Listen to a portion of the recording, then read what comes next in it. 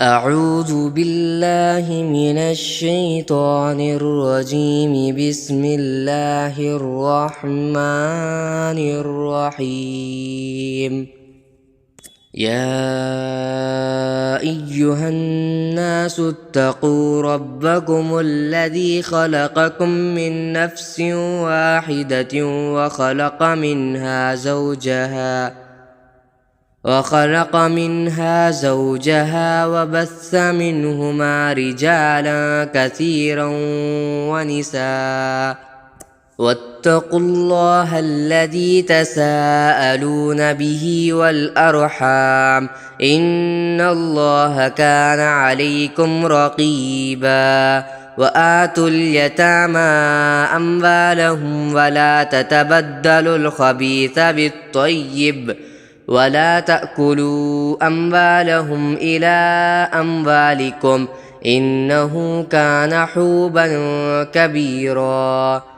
وإن خفتم ألا تقسطوا في اليتامى فانكحوا ما طاب لكم من النساء مثنى وثلاث ورباع. فإن خفتم ألا تعدلوا فواحدة أو ما ملكت أيمانكم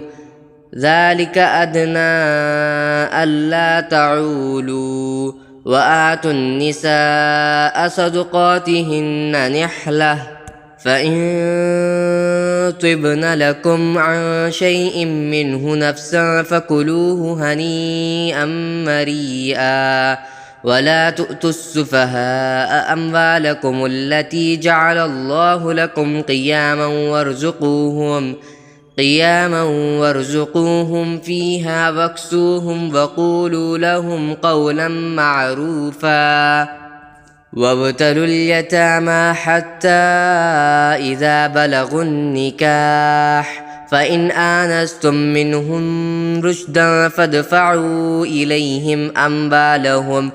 ولا تأكلوها إسرافا وبدارا أن يكبروا. ومن كان غنيا فليستعفف ومن كان فقيرا فليأكل بالمعروف. فإذا دفعتم إليهم أموالهم فأشهدوا عليهم وكفى بالله حسيبا. للرجال نصيب مما ترك الوالدان والأقربون وللنساء نصيب مما ترك الوالدان والأقربون مما قل منه أو كثر نصيبا مفروضا. وإذا حضر القسمة أولو القربى واليتامى والمساكين فارزقوهم منه وقولوا لهم قولا معروفا. وليخشى الذين لو تركوا من خلفهم ذرية ضعافا خافوا عليهم فليتقوا الله وليقولوا قولا سديدا. إن الذين يأكلون أموال اليتامى ظلما إنما يأكلون في بطونهم نارا وسيصلون سعيرا. يوصيكم الله في أولادكم للذكر مثل حظ الأنثيين. فإن كن نساء فوق 2 فلهن ثلثا ما ترك وإن كانت واحدة فلها النصف ولأبويه لكل واحد منهما السدس مما ترك إن كان له ولد. فإن لم يكن له ولد وورثه أبواه فلأمه الثلث. فإن كان له إخوة فلأمه السدس من بعد وصية يوصي بها أو دين. آباؤكم وأبناؤكم لا تدرون أيهم أقرب لكم نفعا فريضة من الله إن الله كان عليما حكيما. ولكم نصف ما ترك أزواجكم إن لم يكن لهن ولد فإن كان لهن ولد فلكم الربع مما تركن من بعد وصية يوصين بها أو دين. ولهن الربع مما تركتم إن لم يكن لكم ولد فإن كان لكم ولد فلهن الثمن مما تركتم من بعد وصية توصون بها أو دين وإن كان رجل يورث كلالة أو امرأة وله أخ أو أخت فلكل واحد منهما السدس فإن كانوا أكثر من ذلك فهم شركاء في الثلث من بعد وصية يوصى بها أو دين غير مضار وصية من الله والله عليم حليم تلك حدود الله ومن يطع الله ورسوله يدخله جنات تجري من تحتها الأنهار خالدين فيها وذلك الفوز العظيم ومن يعص الله ورسوله ويتعد حدوده يدخله نارا خالدا فيها وله عذاب مهين واللاتي يأتين الفاحشة من نسائكم فاستشهدوا عليهن 4 منكم فإن شهدوا فأمسكوهن في البيوت حتى يتوفاهن الموت أو يجعل الله لهن سبيلا واللذان يأتيانها منكم فآذوهما فإن تابا وأصلحا فأعرضوا عنهما إن الله كان توابا رحيما إنما التوبة على الله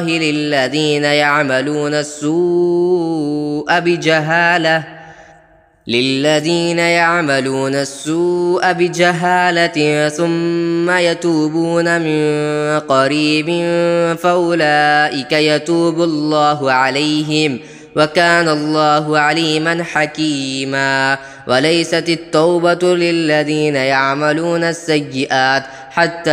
إذا حضر أحدهم الموت قال إني تبت الآن ولا الذين يموتون وهم كفار أولئك أعتدنا لهم عذابا أليما يا أيها الذين آمنوا لا يحل لكم أن ترثوا النساء كرها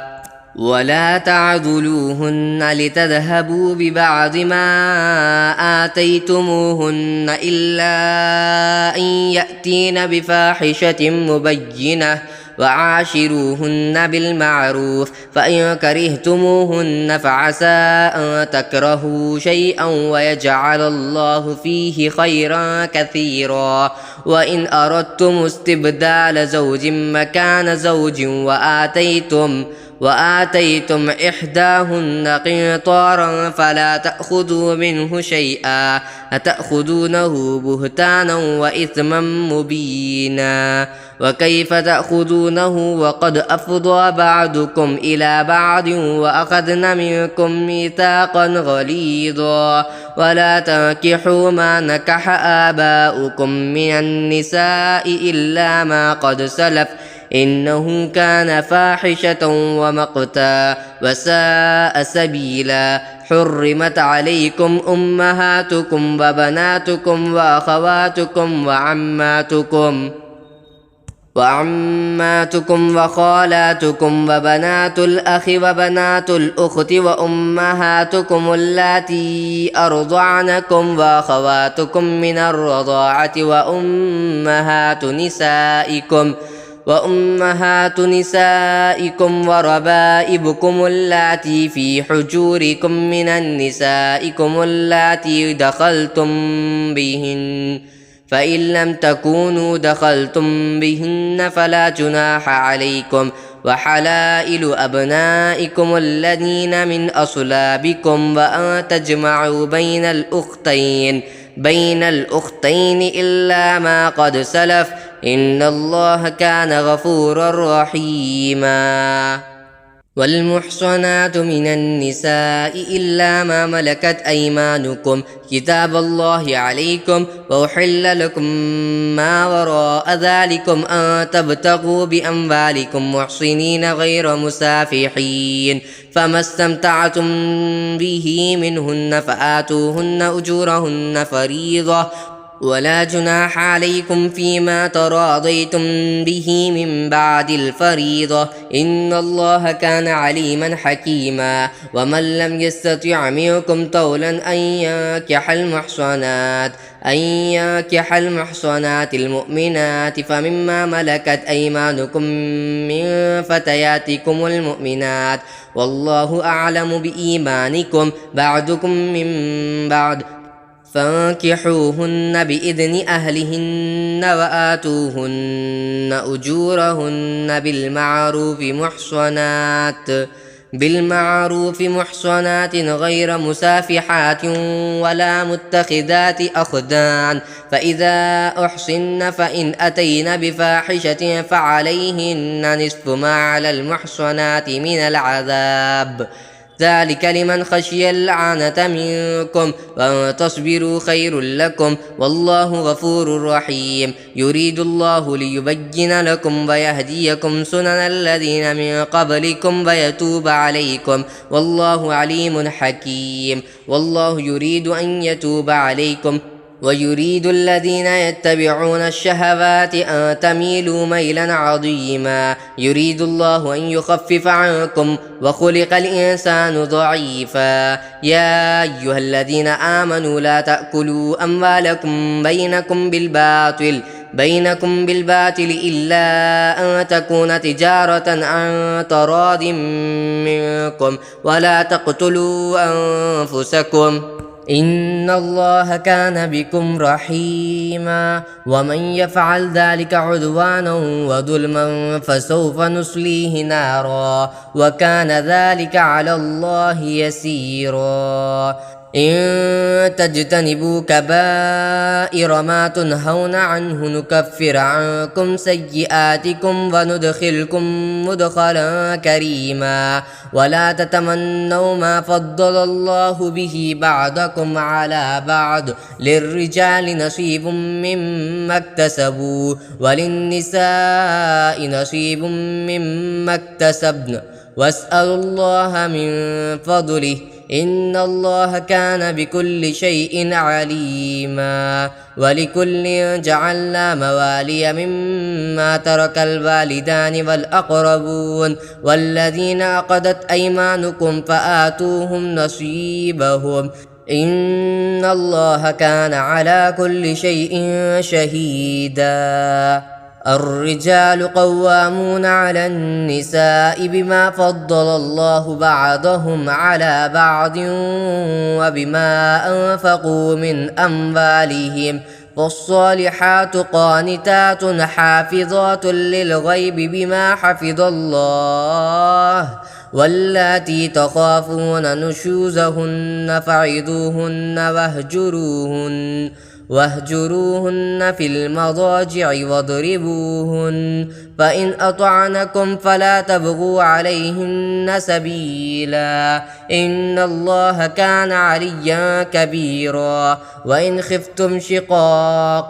وإن خفتم شقاق بينهما فبعثوا حكما من أهله وحكما من أهلها إن يريدا إصلاحا يوفق الله بينهما إن الله كان عليما خبيرا واعبدوا الله ولا تشركوا به شيئا وبالوالدين إحسانا وبذي القربى واليتامى والمساكين والجار ذي القربى والجار الجنب والصاحب بالجنب وابن السبيل وما ملكت أيمانكم إن الله لا يحب من كان مختالا فخورا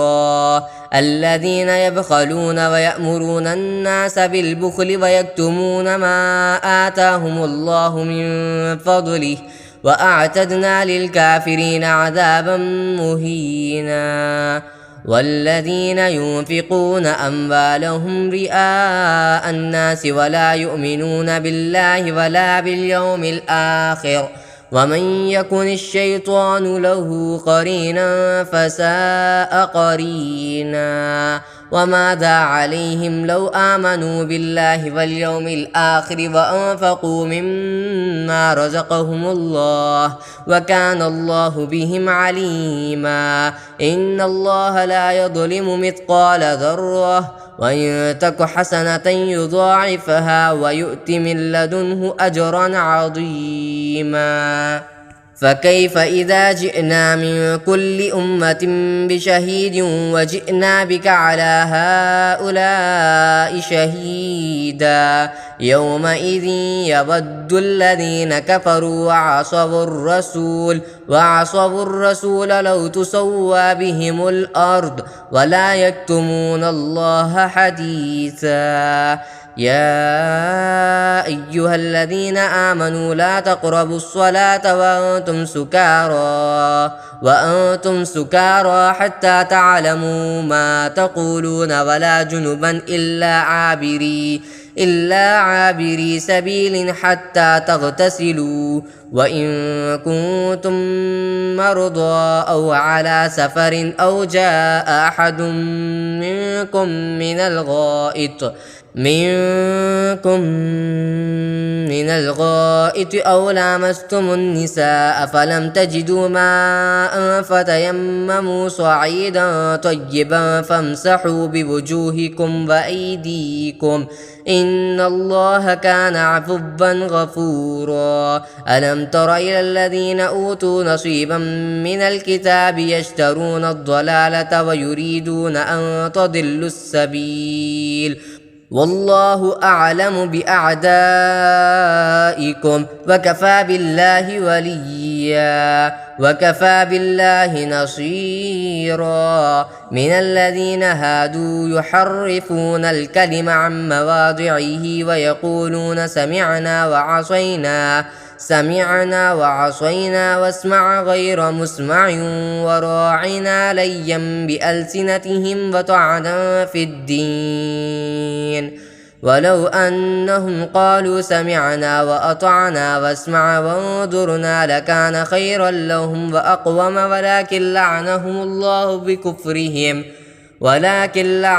الله بكفرهم فلا يؤمنون إلا قليلا يا أيها الذين أوتوا الكتاب آمنوا بما نزلنا مصدقا لما معكم من قبل أن نطمس وجوها فنردها على أدبارها أو نلعنهم كما لعنا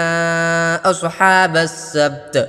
وكان أمر الله مفعولا إن الله لا يغفر أن يشرك به ويغفر ما دون ذلك لمن يشاء ومن يشرك بالله فقد افترى إثما عظيما ألم تر إلى الذين يزكون أنفسهم بل الله يزكي من يشاء ولا يظلمون فتيلا انظر كيف يفترون على الله الكذب وكفى به إثما مبينا ألم تر إلى الذين أوتوا نصيبا من الكتاب يؤمنون بالجبت والطاغوت ويقولون للذين كفروا هؤلاء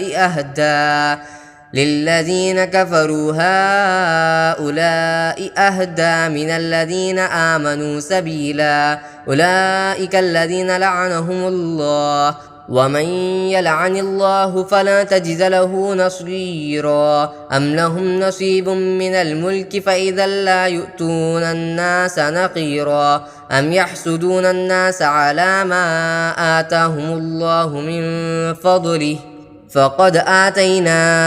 آل إبراهيم الكتاب والحكمة وآتيناهم ملكا عظيما فمنهم من آمن به ومنهم من صد عنه وكفى بجهنم سعيرا إن الذين كفروا بآياتنا سوف نصليهم نارا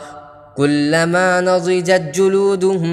بدلناهم جلودا غيرها ليذوقوا العذاب إن الله كان عزيزا حكيما والذين آمنوا وعملوا الصالحات سندخلهم جنات تجري من تحتها الأنهار خالدين فيها أبدا لهم فيها أزواج مطهرة وندخلهم ظلا ظليلا إن الله يأمركم أن تؤدوا الأمانات إلى أهلها وإذا حكمتم بين الناس أن تحكموا بالعدل إن الله نعم ما يعظكم به إن الله كان سميعا بصيرا يا أيها الذين آمنوا أطيعوا الله وأطيعوا الرسول وأولي الأمر منكم فإن تنازعتم في شيء فردوه إلى الله والرسول إن كنتم تؤمنون بالله واليوم الآخر ذلك خير وأحسن تأويلا ألم تر إلى الذين يزعمون أنهم آمنوا بما أنزل إليك وما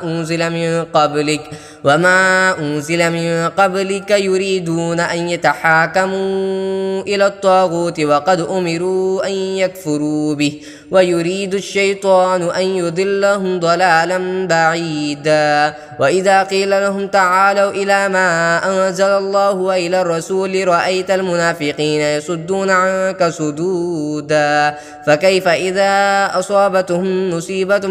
بما قدمت أيديهم ثم جاءوك يحلفون بالله إن أردنا إلا إحسانا وتوفيقا أولئك الذين يعلم الله ما في قلوبهم فأعرض عنهم وعظهم وقل لهم في أنفسهم قولا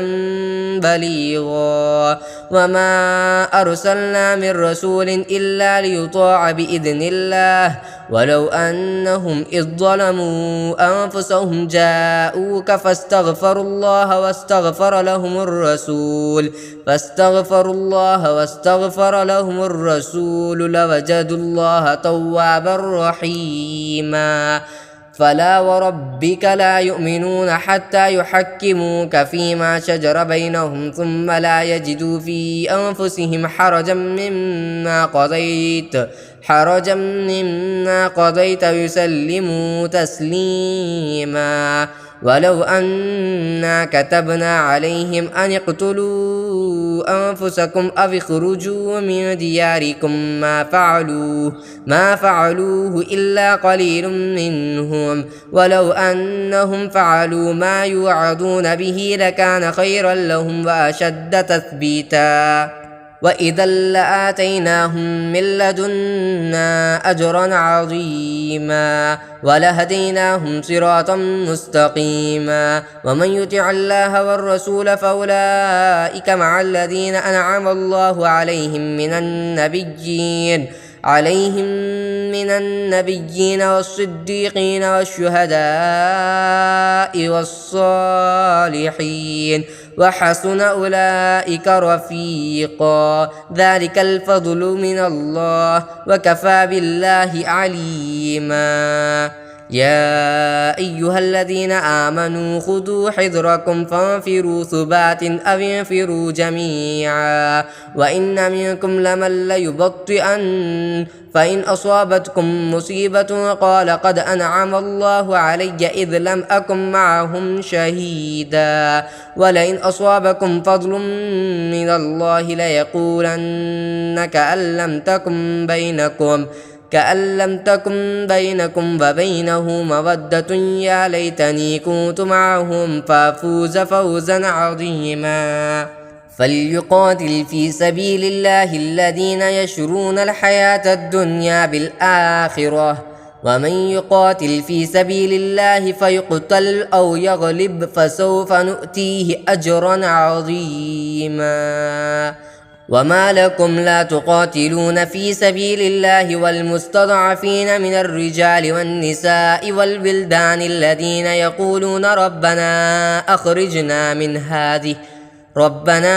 أخرجنا من هذه القرية الظالم أهلها واجعل لنا من لدنك وليا واجعل لنا من لدنك نصيرا. الذين آمنوا يقاتلون في سبيل الله والذين كفروا يقاتلون في سبيل الطاغوت فقاتلوا أولياء الشيطان إن كيد الشيطان كان ضعيفا. ألم تر إلى الذين قيل لهم كفوا أيديكم وأقيموا الصلاة وآتوا الزكاة فلما كتب عليهم القتال إذا فريق منهم يخشون الناس كخشية الله أو أشد خشية وقالوا ربنا لم كتبت علينا القتال لولا أخرتنا إلى أجل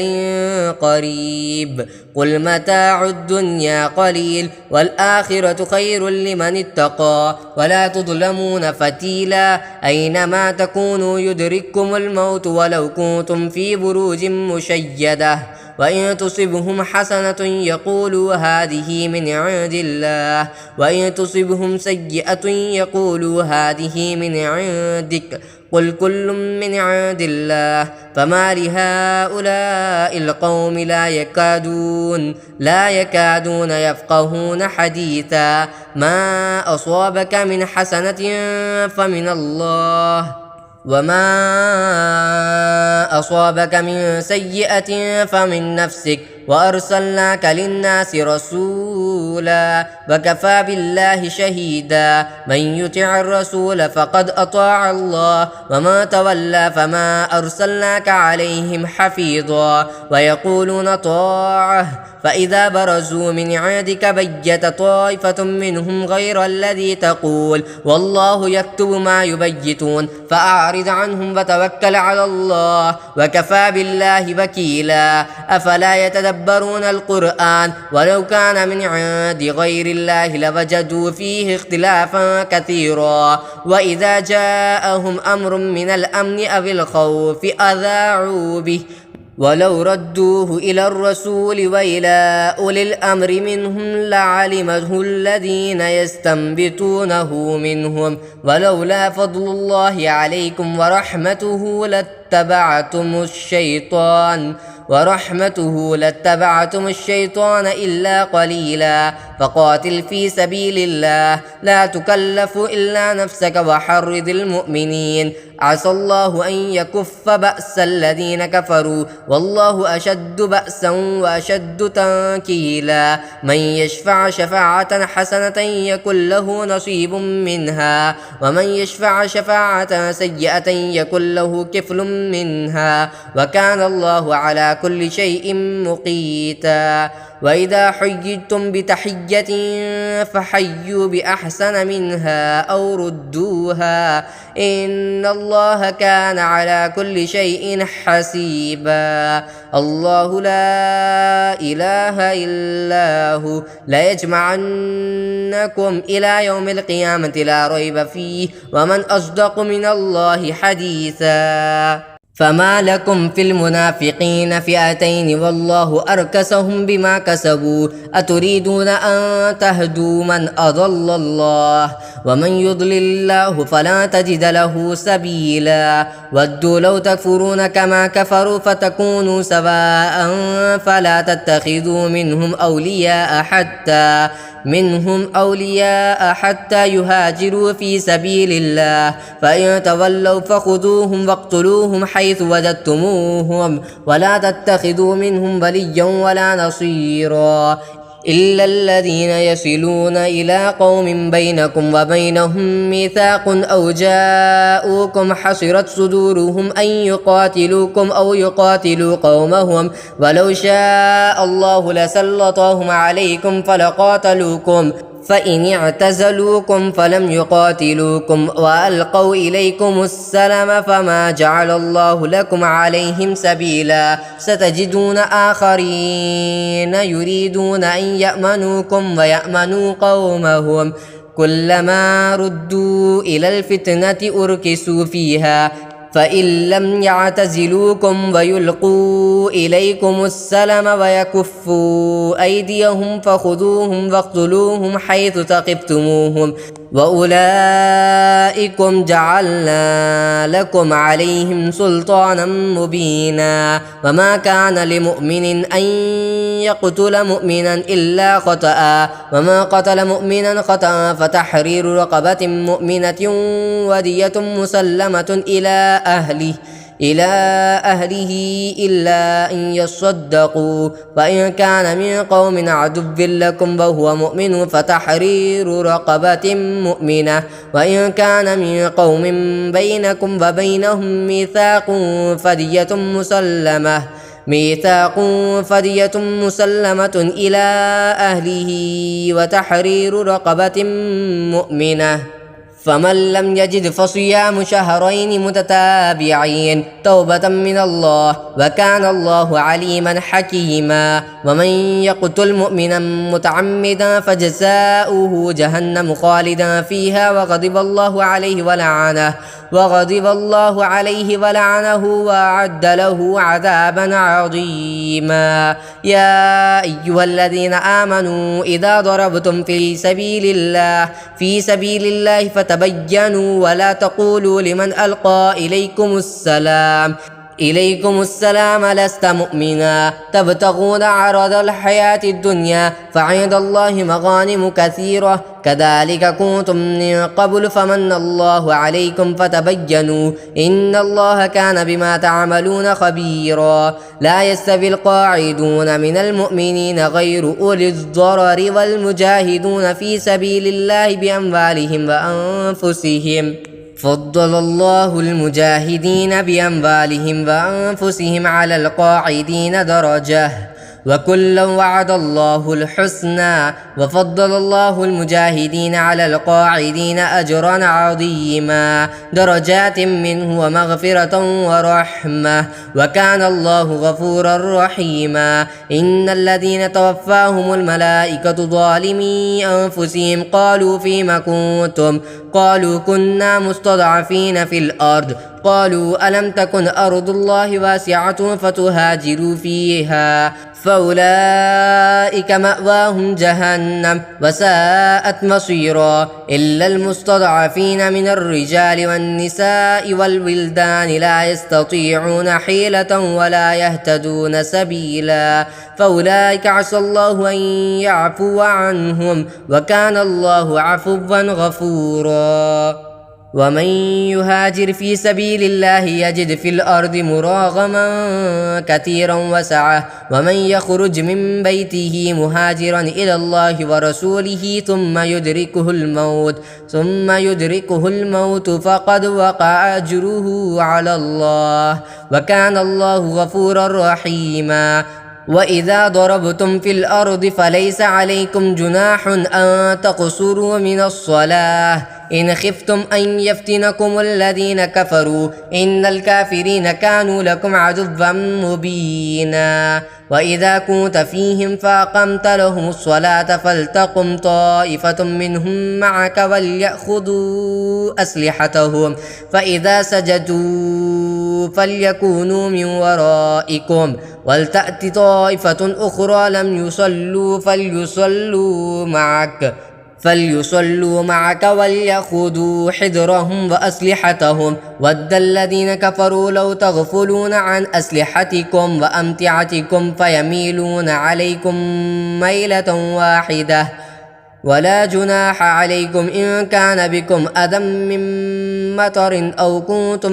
مرضى أن تضعوا أسلحتكم وخذوا حذركم إن الله أعد للكافرين عذابا مهينا فإذا قضيتم الصلاة فاذكروا الله قياما وقعودا وعلى جنوبكم فإذا اطمأننتم فأقيموا الصلاة إن الصلاة كانت على المؤمنين كتابا موقوتا ولا تهنوا في ابتغاء القوم إن تكونوا تألمون فإنهم يألمون كما تألمون وترجون من الله ما لا يرجون وكان الله عليما حكيما إنا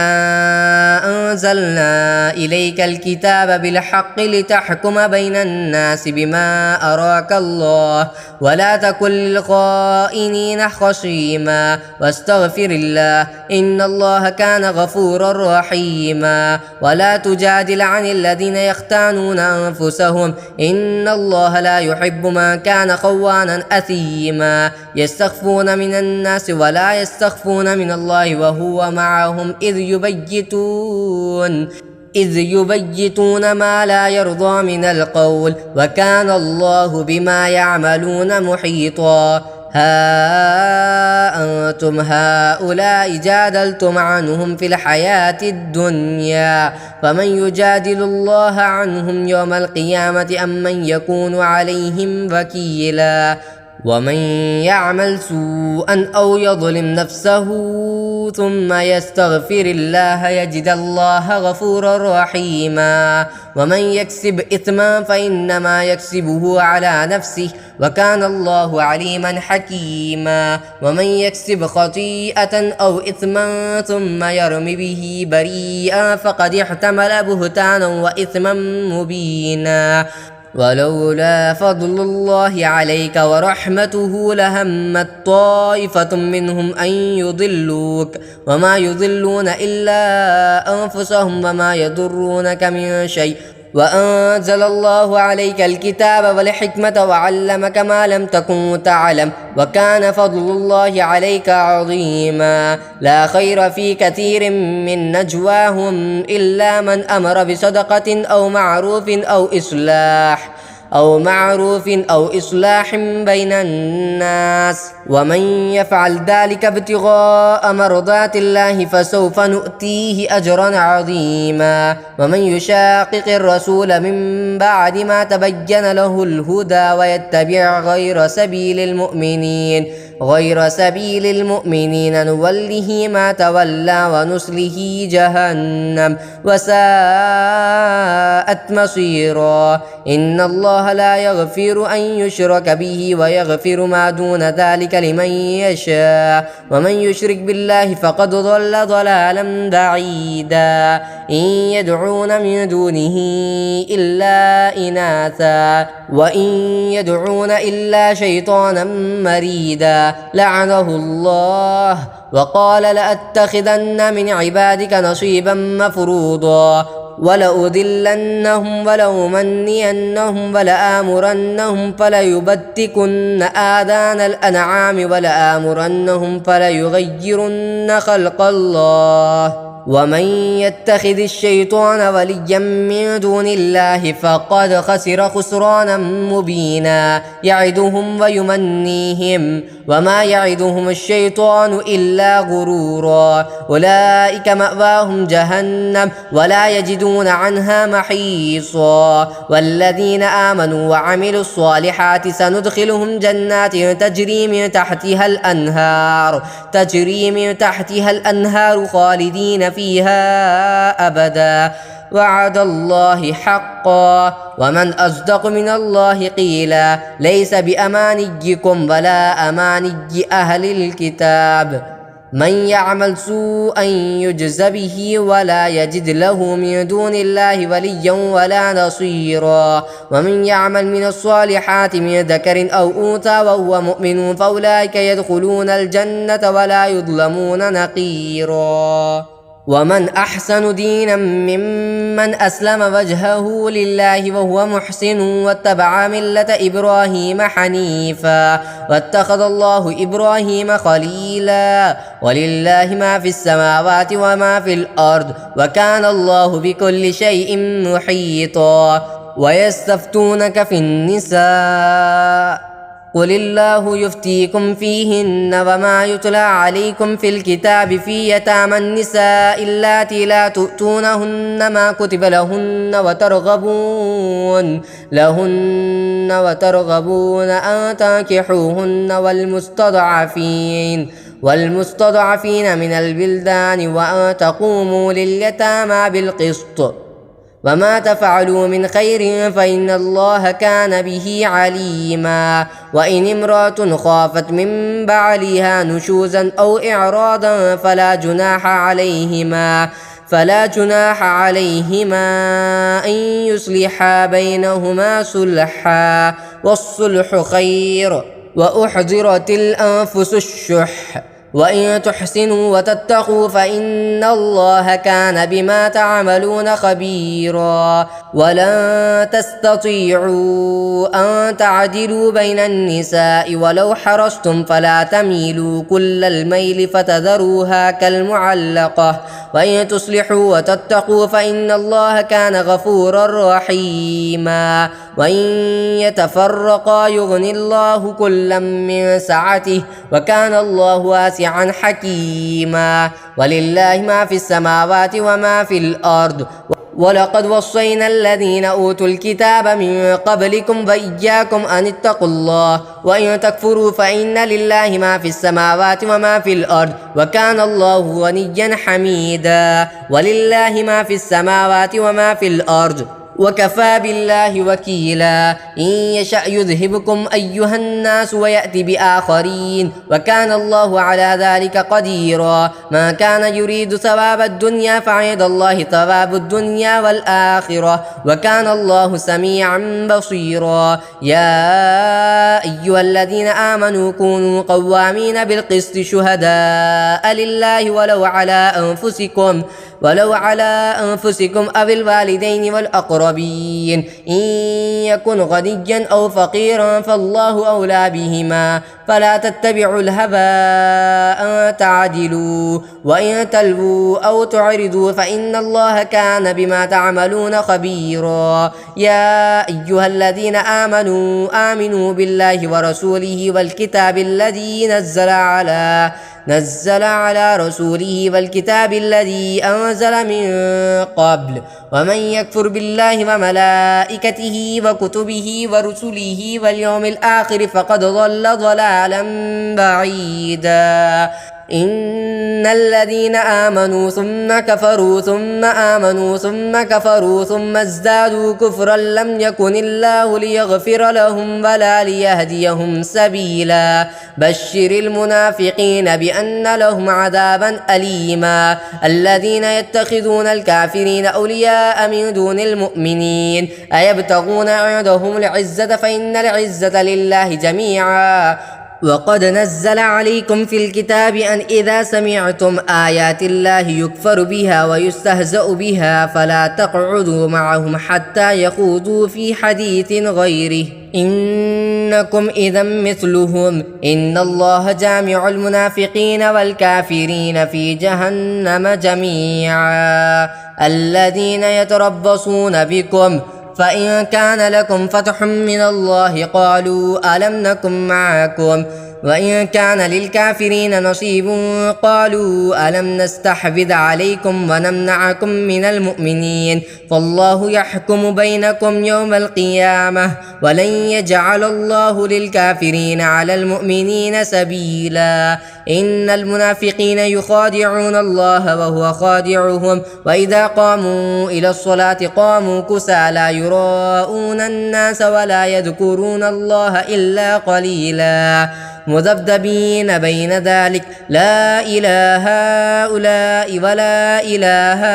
هؤلاء ومن يضلل الله فلا تجد له سبيلا يا أيها الذين آمنوا لا تتخذوا الكافرين أولياء من دون المؤمنين أتريدون أن تجعلوا لله عليكم سلطانا مبينا إن المنافقين في الدرك الأسفل من النار ولن تجد لهم نصيرا إلا الذين تابوا وأصلحوا وأعتصموا بالله وأخلصوا دينهم لله فأولئك مع المؤمنين وسوف يؤتي الله المؤمنين أجرا عظيما ما يفعل الله بعذابكم إن شكرتم وآمنتم وكان الله شاكرا عليما لا يحب الله الجهر بالسوء من القول إلا من ظلم وكان الله سميعا عليما. إن تبدوا خيرا أو تخفوه أو تعفوا عن سوء فإن الله كان عفوا قديرا. إن الذين يكفرون بالله ورسله ويريدون أن يفرقوا بين الله ورسله ويقولون نؤمن ببعض ونكفر ببعض ويريدون أن يتخذوا بين ذلك سبيلا أولئك هم الكافرون حقا وأعتدنا للكافرين عذابا مهينا. والذين آمنوا بالله ورسله ولم يفرقوا بين أحد منهم أولئك سوف يؤتيهم أجورهم وكان الله غفورا رحيما. يسألك أهل الكتاب أن تنزل عليهم كتابا من السماء فقد سألوا موسى أكبر من ذلك فقالوا أرنا الله جهرة فأخذتهم الصاعقة بظلمهم ثم اتخذوا العجل من بعد ما جاءتهم البينات فعفونا عن ذلك وآتينا موسى سلطانا مبينا. ورفعنا فوقهم الطور بميثاقهم وقلنا لهم ادخلوا الباب سجدا وقلنا لهم لا تعدوا في السبت وأخذنا منهم ميثاقا غليظا. فبما نقضهم ميثاقهم وكفرهم بآيات الله وقتلهم الأنبياء بغير حق وقولهم قلوبنا غلف بل طبع الله عليها بكفرهم فلا يؤمنون إلا قليلا. وبكفرهم وقولهم على مريم بهتانا عظيما. وقولهم إنا قتلنا المسيح عيسى ابن مريم رسول الله وما قتلوه وما صلبوه ولكن شبه لهم وإن الذين اختلفوا فيه لفي شك منه ما لهم به من علم إلا اتباع الظن وما قتلوه يقينا بل رفعه الله إليه وكان الله عزيزا حكيما. وإن من أهل الكتاب إلا ليؤمنن به قبل موته ويوم القيامة يكون عليهم شهيدا. فبظلم من الذين هادوا حرمنا عليهم طيبات أحلت لهم وبصدهم عن سبيل الله كثيرا وأخذهم الربا وقد نهوا عنه وأكلهم أموال الناس بالباطل وأعتدنا للكافرين منهم عذابا أليما. لكن الراسخون في العلم منهم والمؤمنون يؤمنون بما أنزل إليك وما أنزل من قبلك والمقيمين الصلاة والمؤتون الزكاة والمؤمنون بالله واليوم الآخر أولئك سنؤتيهم أجرا عظيما. إنا أوحينا إليك كما أوحينا إلى نوح والنبيين من بعده وأوحينا إلى إبراهيم وإسماعيل وإسحاق ويعقوب والأسباط وعيسى وأيوب ويونس وهارون وسليمان وآتينا داود زبورا. ورسلا قد قصصناهم عليك من قبل ورسلا لم نقصصهم عليك وكلم الله موسى تكليما. رسلا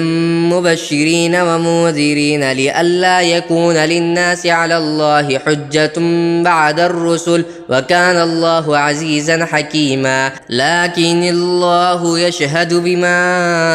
أنزل إليك أنزله